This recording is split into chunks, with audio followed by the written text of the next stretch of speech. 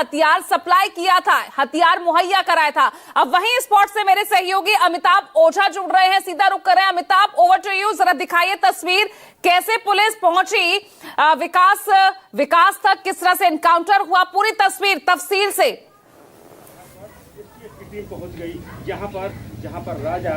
जी बिल्कुल, देखिए इस वक्त हम उसी जगह पे हैं जहां पे कल देर रात करीब 2:45 पे इनकाउंटर हुआ था और इस इनकाउंटर में विकास उर्फ राजा नाम के अपराधी की मौत हुई थी पुलिस की गोली से। और ये पूरा इलाका, इससे पहले आपको बताया कि सबसे पहले पटना पुलिस ने कल शाम में उमेश राय को गिरफ्तार किया था पटना सिटी इलाके से। और उमेश राय के बारे में ये पुख्ता जानकारी थी कि इस घटना का मास्टरमाइंड ही नहीं बल्कि पूरा जो शूटर था वो उमेश राय था। उसकी पुख्ता शिनाख्त होने के बाद पटना पुलिस ने उसे गिरफ्तार किया था। उसकी गिरफ्तारी के बाद 2 और गिरफ्तारी हुई और जब पूछताछ शुरू हुई तो उसके बाद उमेश ने बताया कि जिस हथियार से उसने मारा था गोपाल खेमका को, वो हथियार उसने खरीदा था पटना सिटी के ही रहने वाले जो मालसलामी थाना क्षेत्र का है विकास उर्फ राजा से। उसके बाद जब पुलिस नागालोई इलाका है, बस जो आप ईंट भट्टा देख रही हैं इसके ठीक पीछे में जो मोहल्ला है उसी मोहल्ला में रहने वाला था, पुलिस ने उसके घर पे जब दबिश बनाई तो वो भागकर इस तरफ पहुंचा था और यहाँ पे जब पहुंचा तो पुलिस के साथ फायरिंग करने लगा। करीब 3 राउंड उसने फायरिंग की थी, जवाब में पुलिस ने भी गोली चलाई और उसके बाद जो पुलिस की जो फायरिंग हुई उसमें वो मारा गया। और यहाँ पे आपको देख सकते हैं जो 5 गोलियां जो यहाँ दोनों तरफ जो फायरिंग हुई थी वो शिनाख्त यहाँ पे पुलिस ने जो यहाँ पे किया है। ये वो जगह है जहाँ पे उसे विकास और राजा को गोली लगी थी। ये जो ABCD जो पुलिस ने मार्क कर रखा है यही वो जगह है जहाँ पे उसे गोली लगी थी विकास उर्फ राजा को। विकास उर्फ राजा के बारे में ये जानकारी मिली है कि वो हथियारों की सप्लाई करता था, इसका एक बड़ा नेटवर्क था और उसी नेटवर्क के तहत ये जो कई शूटर जो होते थे उन्हें न सिर्फ हथियार बेचता था बल्कि भाड़े पर भी हथियार उन्हें दिया करता था। पुलिस का कहना है कि पुलिस जब वो गिरफ्तार करने की कोशिश कर रही थी लेकिन इसी दौरान जब फायरिंग किया उसके बाद जवाब में गोलियां चलाई गई और वो मारा गया है। ये आपको बता दें कि उमेश राय वो भी पटना सिटी का रहने वाला था और उमेश राय एक बड़ा शार्प शूटर है और कि बड़ी घटनाओं को अंजाम देने के बाद वो दिल्ली भाग जाया करता था। 24 जून को ही वो पटना आया था और पटना आने के बाद उसने इस घटना की सुपारी जो उसे दी गई थी उसमें 10 लाख में ये पूरा सौदा हुआ था जो अशोक शाह नाम के एक बिल्डर ने दिया था। और उसके बाद 10 लाख में से एडवांस के तौर पे उसे 10,000 मिले थे लेकिन बाकी पैसे उसे मिलने थे काम होने के बाद। और पूरी घटना को उसने अकेले दिया था लेकिन उसकी मदद के लिए कई और लोग थे। करीब जो 4-5 नाम आए हैं, पुलिस ने करीब 4 लोगों को गिरफ्तार कर लिया है। इसमें सबसे बड़ी बात है कि जिसने सुपारी दी थी जो बिजनेसमैन है, जो पटना के सबसे VIP जो सोसाइटी है जहाँ पे कई VIP रहते हैं, उस मकान में रहता था वो KK झुनझुनवाला का था जो मुंबई में व्यवसायी हैं। उनके फ्लैट में बतौर 3 साल से वो किराए पे रह रहा था। उस बिल्डर की एज जो है 70 साल है, उससे भी पूछताछ की जा रही है और पुलिस अभी भी इस मामले में और कड़ियों को जोड़ने के लिए कुछ और गिरफ्तारियां अभी करने वाली है। यही वजह है कि शाम 5 बजे का समय दिया गया है। 5 बजे DGP इस पूरे मामले को खुलासा करेंगे। लेकिन जो हमारे सोर्स बता रहे हैं उसने बताया है कि इस पूरे मामले की कलई खोल दी गई है। जो उमेश राय की गिरफ्तारी हुई थी उसके साथ ही जो घटना में प्रयुक्त स्कूटी थी वो बरामद हो गई है, जो हथियार था वो बरामद कर लिए गए, साथ ही वो कपड़े जो CCTV फुटेज में दिख रहे हैं कि उमेश राय ने पहन रखा था वो कपड़े भी बरामद कर लिए गए हैं। उमेश राय से पूछताछ जारी है और इसके अलावा अब पुलिस ये जांचने में लगी है कि कहीं इससे पहले जो गुंजन खेमका की हत्या हुई थी या फिर अभिषेक उर्फ मस्तू की हत्या हुई थी वो हत्याएं भी उमेश राय ने ही की है या फिर कोई दूसरे ने किया है। साथ ही उन घटनाओं के पीछे भी जो बिल्डर है अशोक शाह, वही है अशोक कुमार गुप्ता जिसका पूरा नाम है, वही है या फिर कोई दूसरा है। तो इन तमाम बिंदुओं पर पुलिस जांच कर रही है। लेकिन ये वो जगह आपको दिखा रहे हैं जहां पर कल देर रात करीब 2:45 पे पुलिस के साथ मुठभेड़ होती है और इसी मुठभेड़ में जो विकास उर्फ राजा है वो मारा जाता है। ये काफी सुनसान इलाका है, दियारा का इलाका है, बगल में मालसलामी थाना यहाँ से करीब 2 किलोमीटर दूर है। और कल रात में जब पुलिस यहाँ पे पहुंची थी तो लोकल थाने को भी इनपुट दी गई थी और उसके बाद पूरे इलाके की घेराबंदी की थी। लेकिन जैसे ही विकास को इस बात की भनक लगी थी उसके बाद वो इस इलाके से भागते हुए यहाँ पे आया था पीछे से पुलिस, और यहाँ छुपकर पुलिस पे फायरिंग करने लगा था। और साथ में जो पुलिस वाले जवान थे उन्होंने भी फायरिंग किया और इसी जवाबी कार्रवाई में विकास उर्फ राजा मारा गया है। बताया जा रहा है कि अभी भी कई अपराधी जो इस पूरे सिंडिकेट में शामिल हैं वो भी है। विकास के घर पे रेड भी हुआ था जहां से हथियार भी बरामद किए गए हैं और फिलहाल पुलिस ने उसके घर के 4 लोगों को डिटेन किया है, क्योंकि उनके बारे में भी कई जानकारियां पुलिस को मिली थी, उनसे भी पूछताछ की जा रही है। फिलहाल इस पूरे मामले को लेकर अभी तो पटना पुलिस ने आधिकारिक रूप से सिर्फ ये जानकारी दी है कि इनकाउंटर के बाद विकास उर्फ राजा मारा गया है, हथियारों की बरामदगी हुई है, लेकिन उसका जो कनेक्शन है उसके बारे में ऑफिशियली जानकारी नहीं दी गई। लेकिन जो हमारे सूत्र बता रहे हैं वो साफ तौर पे है कि उमेश राय के बयान के आधार पर यह पूरी कार्रवाई हुई थी और इसके बाद पटना ने मसौढ़ी इलाके से भी एक व्यक्ति को गिरफ्तार किया है जो हथियार के धंधे में शामिल था। तो एक तरह से कहें तो हत्या की इस घटना के बाद वो भी मामले जो सिंडिकेट था, जो हथियार का सप्लाई का जो चैन था, वो भी सामने आया है। आप देखिए कि ये पूरा इलाका इसलिए अपराधियों के लिए काफी सेफ जोन था, क्योंकि ये पूरे सुनसान इलाका है, दियारा इलाका है, और यहाँ से जब पुलिस यहाँ रेड करती है तो अपराधी यहाँ से भाग खड़े होते हैं, नाव पकड़ के गंगा के उस पार चले जाते हैं। इसीलिए इस इलाके को वो ट्राई करते हैं और इसीलिए इस इलाके में उन्होंने अपने ठिकाना बना रखा था। पुलिस जब यहाँ पे पहुंची थी तो चौतरफा घेराबंदी हुई थी। देखिए बगल में गंगा का दियारा इलाका है और यहाँ से जब पुलिस रेड करती है तो उस तरफ वो भाग जाते हैं, गंगा उस पार चले जाते हैं, जिससे पुलिस भी उन्हें नहीं पकड़ पाती है। लेकिन कल जब पुलिस की घेराबंदी हुई थी तो चौतरफा घेराबंदी हुई थी, भागने का मौका नहीं दिया गया था और यही वजह है कि जब भागने की कोशिश कर रहा था विकास उर्फ राजा, वो यहाँ पे मुठभेड़ में मारा गया था। फिलहाल इस पूरे मामले को लेकर पटना पुलिस की जांच अभी भी जारी है और जिस तरीके से गोपाल खेमका की हत्याकांड के बाद जो सवाल उठ रहे थे, कई सवाल उठ रहे थे कि आखिर कौन हो सकता है, किसने सुपारी दी और कौन सा शूटर हो सकता है, क्योंकि लगातार 3 हत्याएं थी, एक ही तरीके से की गई थी। इसलिए पुलिस भी इस बिंदु पर जांच कर रही है कि तीनों ही घटनाओं के लिंक कहीं एक में तो नहीं है।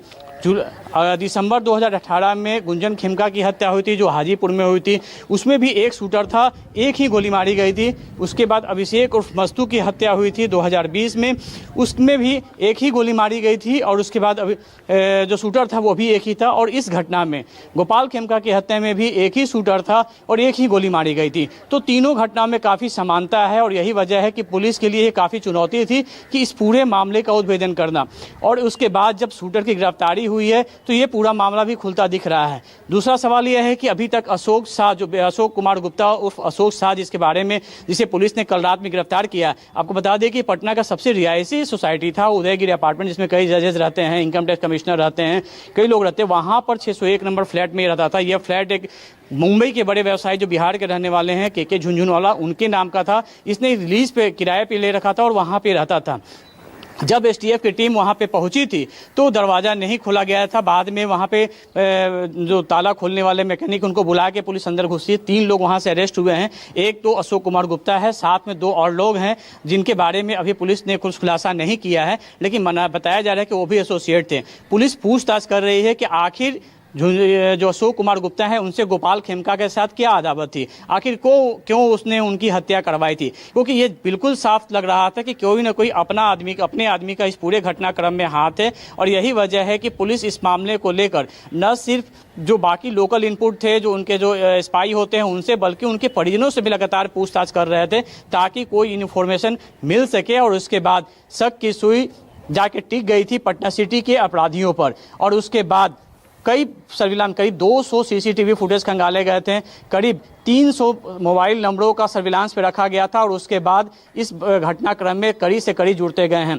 एक खास बात यह है कि जो अशोक गुप्ता, जो अजय वर्मा जो पटना के बेउर जेल में बंद है, उससे भी पुलिस ने 2 से 3 बार पूछताछ की थी और उससे भी काफ़ी इनपुट मिली।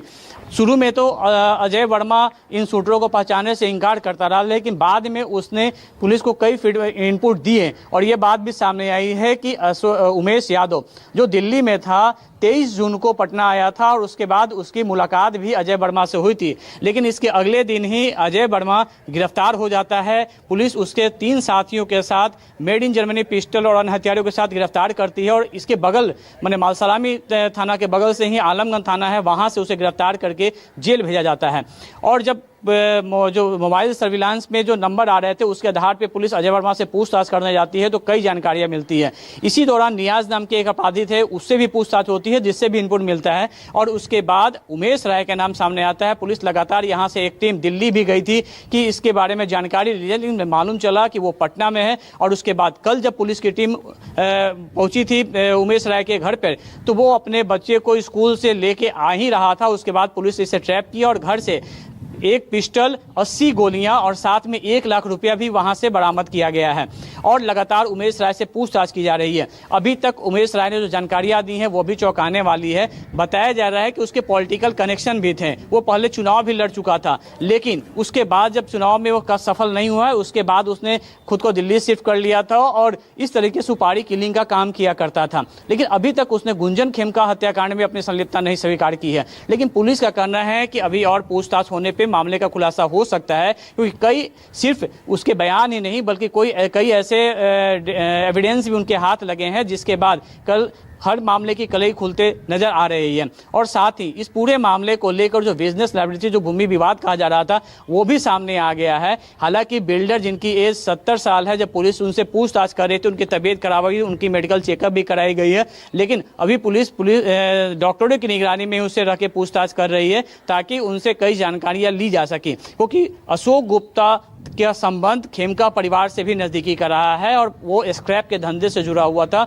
और साथ में बिल्डर का भी रियल एस्टेट में भी वो अपना काम कर रहा था। यही वजह है कि पुलिस को शक है कि कहीं न कहीं बिजनेस राइवलरी में यह हत्या हुई थी। हालांकि इस बात की संभावना पहले से ही थी, पहले बेटे की हत्या, फिर बाप की हत्या और उसके बाद इस तरीके से जिस तरीके से घटनाक्रम हुआ है उसके बाद परिजनों पे भी, उनके नजदीकी लोग पे भी पुलिस नजर रख रही थी और उसी क्रम में ये ब्रेक थ्रू मिला है जिसके आधार पे पुलिस अब इस केस का खुलासा करने के लिए तैयार है। आज शाम में 5 बजे बिहार के डीजीपी विनय कुमार इस पूरे मामले का खुलासा करेंगे। लेकिन उससे पहले ये इनकाउंटर की घटना को कि लगातार जिस तरीके से पुलिस को अपराधी चुनौती दे रहे थे और जिस तरीके से क्राइम का ग्राफ बन रहा था, पुलिस पर भी ये भारी दबाव था कि कुछ कड़ा एक्शन लिया जाए। सिर्फ बुलडोजर एक्शन और सिर्फ ऑपरेशन लंगड़ा से काम नहीं चलने वाला है। इसीलिए पुलिस इस बार थी कि अगर जो अपराधी जिस भाषा में जवाब देगा उसी भाषा में उसको जवाब दिया जाएगा। और यही हुआ इस घटनाक्रम में। जब विकास उर्फ राजा भागने के क्रम में पुलिस पे फायरिंग करता है तो जवाब में पुलिस वाले भी फायरिंग करते हैं और उसके बाद वो मारा जाता है। देखिए, ये मेरिन ड्राइव का वो जो जेपी गंगा पथ है, उसके बाद दियारा का इलाका है, बगल में गंगा का ये है। और यही वजह है कि विकास की जब घेराबंदी हुई तो उसके बाद वो अपने घर से निकल के इसी तरफ भागा था। ये जो हम मोहल्ला दिखा रहे हैं आपको, इस तरफ जो रोड के इस तरफ ये मोहल्ला है जहाँ पे जो मालसलामी थाना क्षेत्र में पड़ता है और यही विकास का घर है। उसके पिता और परिवार के अन्य सदस्य भी यहाँ रहते हैं। और जब पुलिस वहाँ पहुंची थी तो पहले तो परिवार वालों ने घेराबंदी की लेकिन उसके बाद जब विकास भागा तो पुलिस की टीम को इस बात का पहले से अंदाजा था कि वो इस तरफ भागेगा, इसलिए इस तरफ घेराबंदी पहले से करके रखी गई थी और उसके बाद मुठभेड़ में उसे मार गिराया जाता है। अभी भी इलाके में पुलिस की घेराबंदी है ताकि लोग नहीं, और जो लोग आसपास हैं वो भी इस पूरे मामले में कुछ बोलना नहीं चाहते हैं, क्योंकि कल देर रात ये घटना घटी थी। करीब 2:45 पे पुलिस यहाँ पहुंची थी और 2:45 में ये घटना घटी, 2:50 के करीब में ये पूरा मुठभेड़ की घटना घटी थी।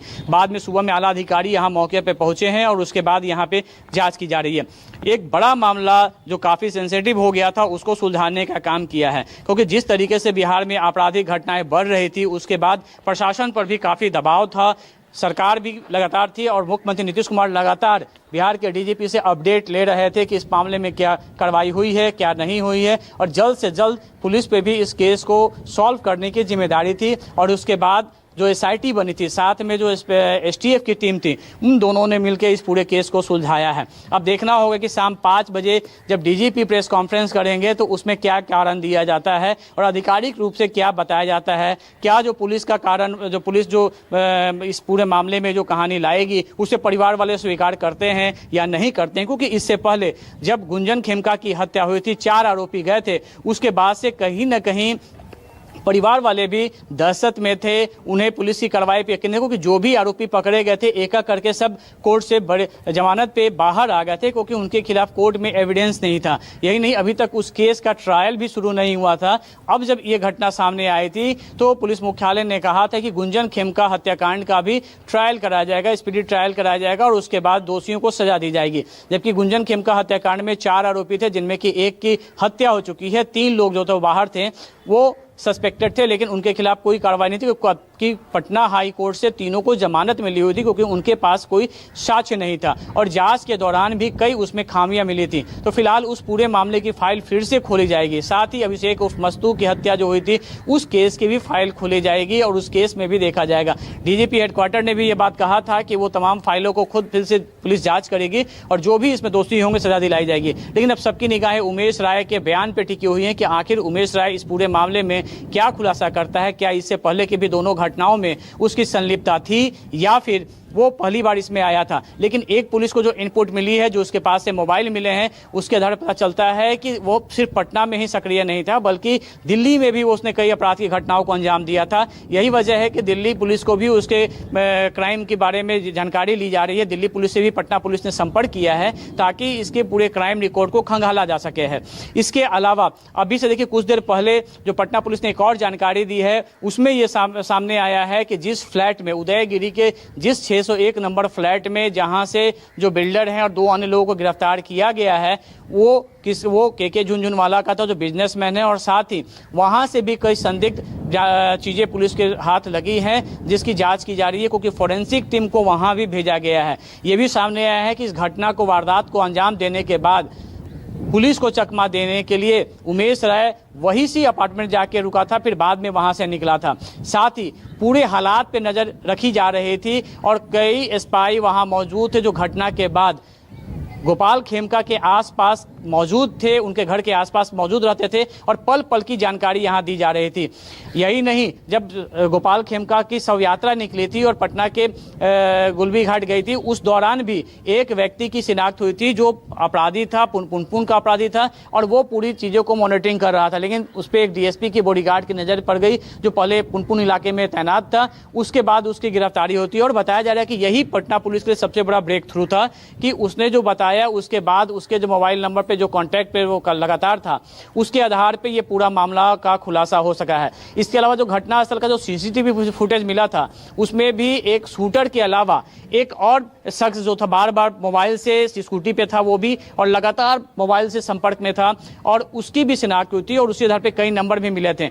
लेकिन पटना पुलिस ने कहा है कि इस पूरे मामले में जो 3 लाइनर थे उनकी भी गिरफ्तारी हो चुकी है, जो इस सुपारी देने वाला था उसकी भी गिरफ्तारी हो चुकी है और साथ में जिसने हत्या की वो उसकी भी गिरफ्तारी हो चुकी है। तो अब इस पूरे मामले को खुलासा करने का दावा किया जा रहा है। हालांकि अभी भी कुछ समय बाकी है, कुछ फोरेंसिक एविडेंस जुटाए जा रहे हैं ताकि इस पूरे मामले को फोरेंसिक एविडेंस के साथ पुख्ता तौर पर कोर्ट में रखा जा सके, ताकि स्पीडी ट्रायल कराकर इन अभियुक्तों को सजा दिलाया जा सके। बिल्कुल अमिताभ, अब यहाँ पर अब इस मामले से जाहिर तौर पर जो पिछले 2 मामले हैं, चाहे वो गुंजन खेमका हत्याकांड को लेकर हो या अभिषेक कांड को लेकर हो, अब उसकी भी कड़ियां यहां पर खुलती नजर आएंगी। बहुत बहुत शुक्रिया आपका अमिताभ इस तमाम जानकारी के लिए।